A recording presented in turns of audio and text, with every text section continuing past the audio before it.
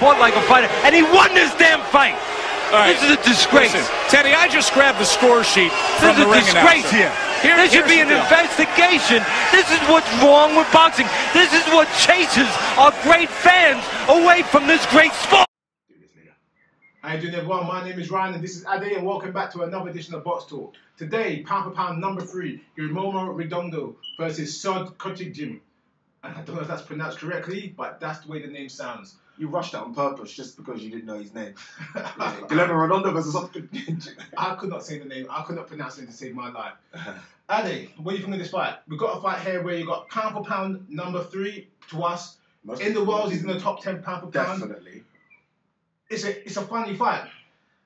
It's a funny fight, yes, but I think boxing in the last 2 months has taught us that don't rule nobody out. Look, I expect Rigondeaux to win, but I said Stevenson would roll through Farah. Yeah. I said, I think we both joked and said, yeah. KO, what round? Yeah. Provodnikov, Algerian. Hey, KO, what round? you know, we've done it. Even Roberto Guerrero recently with I can't remember. Kamagai. We said, Guerrero, should easily win, not a problem. I didn't know Farah, I didn't know Algerian, and I've never heard of Kamagai. Yeah. What I'm trying to say is that we always moan when young boxers, I say young boxers, but boxers don't get a chance. We always want some boxers to get a chance in terms of these A-list fighters seem to be just fighting the A-list fighters. Yeah. So it's hard to kind of say, okay... To make a name, you need a shot. You need a shot, exactly. I mean, this guy's only been beaten twice, and he's been beaten by Ponce de Leon. Yeah. No shame in that. And that was 2004, 2006. So he's been on a run. The only problem is he's been on a run in Thailand. Yeah. He's not really fought anyone outside of that. And Rigondeaux is a guy that just simply can't get fights. Yeah. So they're struggling with Rigondeaux. Big time. The problem I have with this fight, and again, it's not to do with the fighters. Yeah. It's to do with HBO and Top Rank. Okay. Whereas Bob Arum saying we can't promote Rigo. He does this. He's not entertaining. He's not that, and he just slates him all the time. His own promoter. HBO said after his winning effort against Donaire, they're not going to show him again because it was too boring. And this is a guy that's a great athlete, a great fighter. Yeah. If you got a boxer, a boxer with, I wouldn't say not a lot of power, but not really a power puncher. He boxes boxing. You put him with a slugger to make the fight more entertaining. Yeah. You put him with someone who can put pressure on you and walk you down so he can trade. That's how you make fights. They put him in now on HBO with a guy that can't punch. Yeah. Another boxer. So now you're saying you don't want to show him, you don't want to put him in certain fights, you don't want to promote him, but you're going to put him in a fight which is only going to enhance your criticism of him.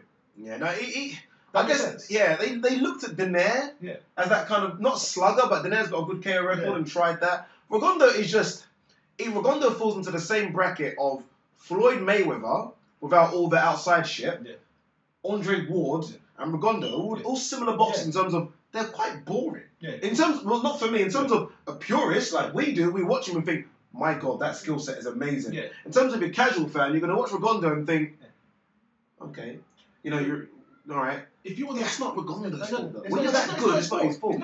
What he basically takes, stand here and hit me. Yeah. Because the rule of boxing is to hit and not get hit. And he does that very well. That's what he does. I mean, I feel sorry for him, whereas he's not a young guy. Yeah. He escaped from Cuba, he's trying to make money, he's trying to do everything he can do, and he's being held back. Yeah. And now they're being held back, they're only going to use it to criticize him. I'm not saying the division's stacked. No. And he's got people to choose from, but at least choose someone that's going to make it a quicker fight. You'll either give him an opponent that he could blow over, or a person that's going to try to blow over him. Don't give him something that's going to make him do 12 rounds and then just slate him. Yeah. The problem. Sorry.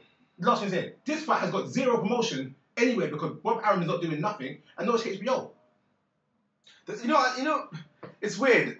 This shipping fight is the Macau thing now. Yeah. Where the fuck has Macau come from as a boxing destination? No, I mean, I'm not being bad about it. Is it for tax reasons or something? Yeah. I mean, obviously Pacquiao's been fighting out there. They're talking about Provodnikov just recently said on Twitter, I'm going to be fighting in Macau for my next fight. Macau seems to be the destination when, America, when they know no one's going to buy you tickets on American soil, in terms of filling the arenas. So let's just chuck him to Macau. It's a strange one. Look, Rigo, it's almost in his division, the other sort of, i.e. world champions in his division, Santa Cruz, Scott Quigg, Kiko Martinez, Frampton. Yeah. I'm not saying they should be ashamed of themselves. Look, you shouldn't be ashamed of yourself. Call Rigo out. After a fight, get brave and call this guy out. Why is no one second, the third, the fourth, and the fifth fighter saying, I want Rigo. They all seem to be saying, Quigg has evidently said, and Eddie Hearn as well said, we want Santa Cruz. Yeah. We want Santa Cruz. We want that unification fight. No. You've got a belt, Scott Quigg. That's the regular belt. Yeah. Why don't you go up there and try and challenge the real guy? It's not his fault that no one wants to call him out. He's going to move weight. No. He's going to move weight. He has to. He has to move weight. I think the fight that I want to see him in, and it's a guy come for lots, is against Gamboa? Gamboa. Yeah. Gamboa's clearly not 135. He could easily drop. Rio could easily go up. They had that fight at 130, be a huge fight. You know, it's a type of fight where Gamboa, yes, he lost by a knockout. He got dropped 3 times, or 4 times. But he done himself no damage. He actually made a very entertaining fight. And according to Dan Rayfield, what he said, he reckons it was the fight of the year so far. Yeah. And I don't agree with him. Stretch, I don't agree with him. But I mean, that told you how remarkable that performance was over in the States. You know, so if you want to sell him and put him in something entertaining, there you go. You know, the funny thing is, as well, it's probably a fight that he needs. Look, we know in terms of Cuban fighters, Lara and Gamboa, in terms of what's available now, and to an small extent, Peter Quillen are the kind of ones that have all the fanfare for Cubans. Rigondeaux doesn't get much in terms of if you want someone to kind of take that star power from someone. Rigo and Gamboa fighting and Rigo beating Gamboa, he takes a lot of star power, in terms of the Cuban fan base, and I think he needs that fight. Not sleeping on the fight now. But look, it's a done deal, really. I'm not having this. This guy's 37 as well. If he was fighting a guy that was 22, 23, I'd say, you know what, this guy might come with a bit. He's got 37-year-old. Haven't really fought out of Thai for years. Yeah, I'm praying that Rigo somehow gets a knockout early and it's an impressive performance, because at the current rate he's going at through top rank, he's going to end his career with like 15 fights or 20 fights, and he's going to have nothing there. I mean, what's his record now? What's it, 14, 13, 14? Yeah. He's not getting no fights. He's not getting active, and he's not a young guy. He will end up having 20 fights in his record, and that's it. It'll be over, and he won't make enough to live a successful life. For his skill set and what he's achieved and what he's done, that would be a tragedy. You know, I did say, and I tweeted it out recently, and I think quite a few people tweeted it. I said, America seems to have a big problem. Yeah, people will say, no, he's not American. Well, he's kind of ran to America. He lives in America. He's American as far as I'm concerned at the moment. America has a big problem in terms of promoting its fighters. I mean, one thing that I know it's a massive country, people will say that, but one thing Eddie Hearn does with Matchroom, he could get, Lee Selby's a European champion. Lee Selby will get 10,000 people in Cardiff alone to watch his fights. Yeah. America seems to have a problem where, like, Andre Ward, for example, fought Chad Dawson. Imagine that fight over here. Yeah. You know, the legit light heavyweight champion fighting the legit super middleweight champion together. It would sell out everything over here. That fight got 3,000 people. Yeah. They don't seem to know how to promote their fight. It seems as though if you don't self-promote, like a Mayweather or what's his younger brother's name?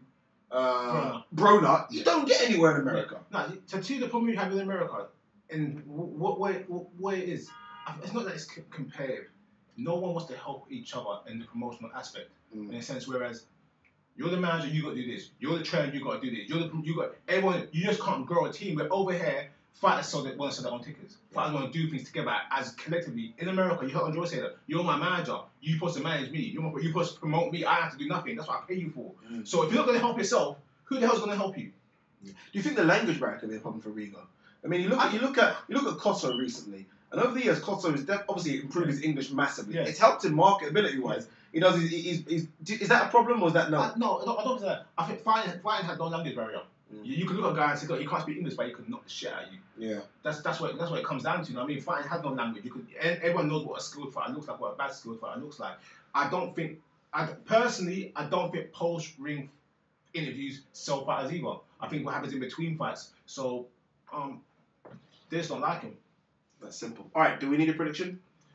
Honestly... Are we going to fuck up again on this one? We've done this a few times. No, easy KO. Honestly, it's going to be Rigo on points, but I would like him to make... I would like the fight, hopefully, to be entertaining, to get the guy more fights, to get him out there, and hopefully we can get something out of him, a knockout. But chances are, it's going to be a points decision.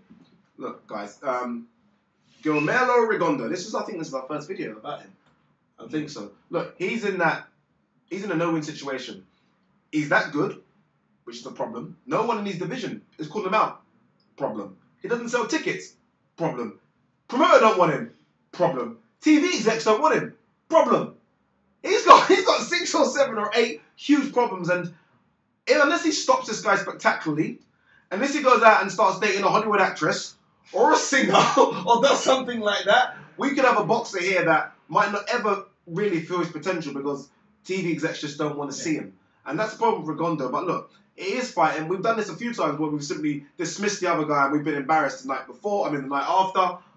I'm going to do it again. He either stops this guy late. I want him to stop him early or it goes to a points decision. Not Rigondeaux's fault, he's just that good. No one says anything when Mayweather doesn't knock guys out. Yeah. You know what I mean? No one says anything when Andre Ward don't knock guys out, but Rigondeaux's going to get all the stick again if he doesn't stop this guy. So hopefully Rigondeaux does stop him. Not saying that bad against the guy, but I just want Rigondeaux to kind of go again.